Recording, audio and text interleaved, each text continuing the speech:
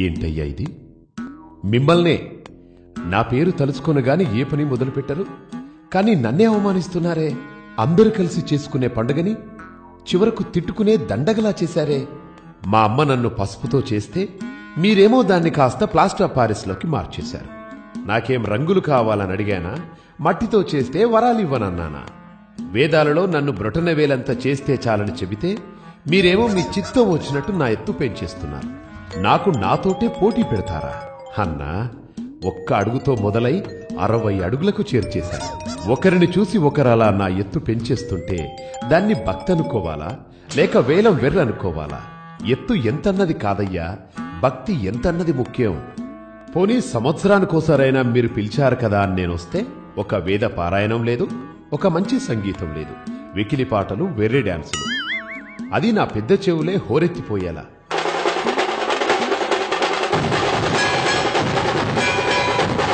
పాపం నా మూషికడు ఆ పాటల హోరికి పారిపోతున్నాడు కూడా.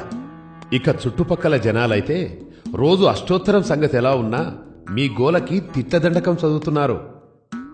అవును, నాకు లడ్డూలు ఇష్టమని ఎవరయ్యా చెప్పారు? నేను ఉండ్రాళ్ళకి బ్రాండ్ అంబాసిడర్ని కదా. మరి ఆ లడ్డూలేంటి, వాటి సైజులేంటి, పైగా ఆ వేలం పాటలేంటి? అసలు నా కథ, నా రూపమే కాదు, నా ప్రసాదం కూడా మార్చేస్తారా? ఆ విష్ణుమూర్తికి 10 అవతారాలే, కానీ నాకెన్ని పెట్టారు? నాతో క్రికెట్ ఆడించారు, గ్లోబుల మీద ఎక్కించారు, మోటార్ సైకిల్ తొక్కించారు, నా ట్రేడ్ మార్క్ అయిన బుజ్జి బొజ్జరు తీసి 6 ప్యాక్స్ పెట్టారు, టోపీలు పెట్టారు, తలపాగ జుట్టారు, సినిమా హీరోలా తయారు చేశారు.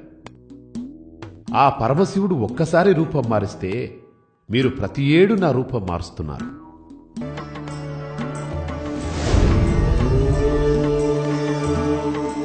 అసలే ఇరుకు రోడ్లు, గతుకుల సందులు, వీటితోనే ట్రాఫిక్ జామ్లవుతుంటే నా పండుగ పేరుతో వాటిని ఇంకాస్త పెంచేలా రోడ్ల మీద ఆ ఊరేగింపులేంటి, ఆ డాన్సులేంటి?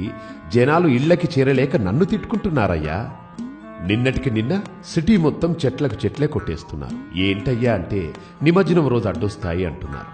నాకు ఆకులు అలములంటే ఇష్టమని తెలిసి వాటినిచ్చే చెట్లను నా పేరు చెప్పి నరికేస్తుంటే ఇదెక్కడి పండుగయ్యా?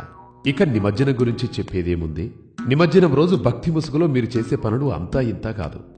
నా విగ్రహం వెనకాల క్వార్టర్ బాటిళ్ల కేసులు, గుడంబా క్యాన్లు, నా విగ్రహం ముందు తాగి తూలుతూ వికృత విన్యాసాలు, హోరెత్తే డ్రమ్ములు, మైకుల రణగొన ధ్వనులు, తాగి మైమరిచి మీరు వేసే కేకలకి మీ నోటి నుండి వచ్చే గుడుంబా తుంపర్లు పన్నీరుగా నా మీద చిలకరిస్తూ నన్ను ఊరేగిస్తున్నారు. మీ దగ్గర వచ్చే గుడంబా వాసన కంటే ఆ హుసేన్ సాగర్ నీటి కంపే ఎన్నో రెట్ల మేలనిపిస్తుంది. నాకొద్దు బాబు ఈ నిమజ్జనం. నేను బారిపోతున్నా.